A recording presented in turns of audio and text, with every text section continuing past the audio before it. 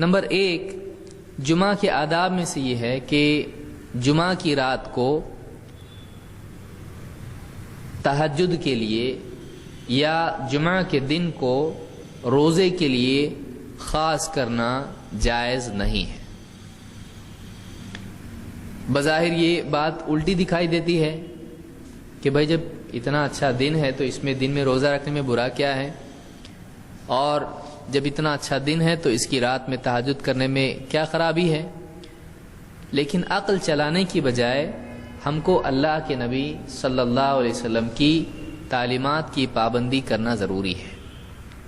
جہاں دیکھیے شریعت کا قاعدہ کیا ہے، ہماری چاہت اور ہماری عقل اگر ہم کو بتا رہی کہ اس میں فائدہ ہے، اور اگر شریعت ہم کو بتاتی ہے کہ رک جاؤ، تو ہم کو چاہیے کہ ہم رک جائیں، چاہے اندر سے کتنی چاہت کیوں نہ ہو، چاہے عقل ہم کو بتا رہی ہو کہ اس کرنے میں ہمارے لیے فائدہ ہے۔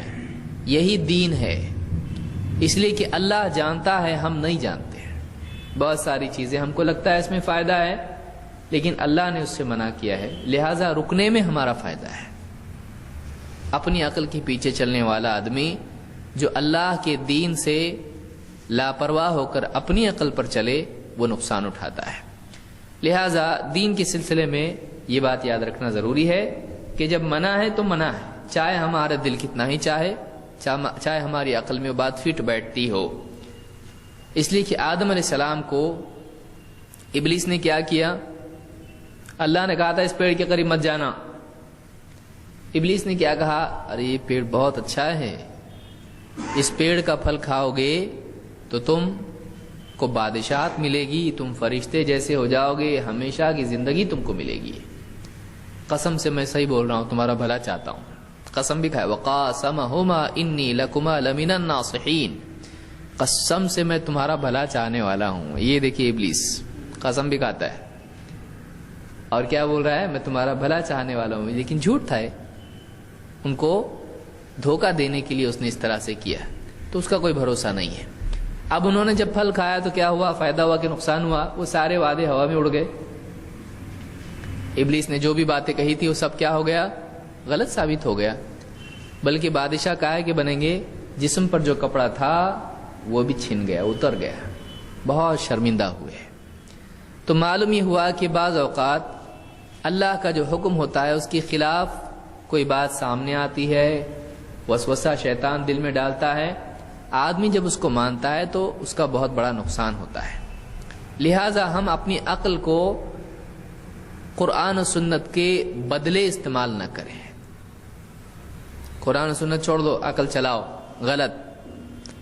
قرآن و سنت سمجھنے کے لیے عقل استعمال کریں۔ تو یہاں پر اللہ کے نبی صلی اللہ علیہ وسلم نے جمعہ کے دن کے بارے میں کیا کہا، لا تختصوا لیلۃ الجمعۃ بقیام من بین اللیالی، جمعہ کی رات کو دوسری راتوں کے مقابلے میں عبادت کے لیے، قیام کے لیے خاص مت کرو۔ ہفتے بھر میں کوئی رات اور نہیں، صرف جمعہ کی رات تہجد پڑھیں گے، ایسا مت کرو۔ ولا تخصوا یوم الجمعۃ بصیام بین الایام، اور دوسرے دنوں کے مقابلے میں جمعہ کے دن کو روزے کے لیے خاص مت کرو۔ الا ان یکون فی صوم یصومہ احدکم، ہاں یہ کہ آدمی کوئی روزہ پہلے سے رکھتا ہو، اس کا معمول ہو، تو ایسا روزہ آدمی رکھ سکتا ہے۔ جیسے 13، 14، 15 کے روزے ہوتے ہیں، اب اس میں اگر جمعہ آ گیا کوئی بات نہیں، یا اسی طرح سے کوئی مثلا ایسے دن کا روزہ آ گیا جس میں روزہ رکھنا چاہیے، جیسے عرفہ کا روزہ ہے یا کوئی اور روزہ ہے، تو ایسا روزہ رکھ سکتے ہیں، اس میں کوئی حرج نہیں ہے۔ بہتر یہ ہے کہ اس سے پہلے ایک دن جمعرات کا یا اس کے بعد ایک دن سنیچر کا روزہ جوڑا جائے تاکہ اختصاص ختم ہو جائے۔ تو یہ مسلم کی روایت ہے، اور اس سے معلوم یہ ہوتا ہے کہ جمعہ کی رات تہجد کے لیے خاص کرنا صحیح نہیں، اور جمعہ کا دن روزے کے لیے خاص کرنا صحیح نہیں۔ ہاں اس سے آگے پیچھے اگر جوڑ لیتا ہے تو وہ خاص کرنا ختم ہو جاتا ہے۔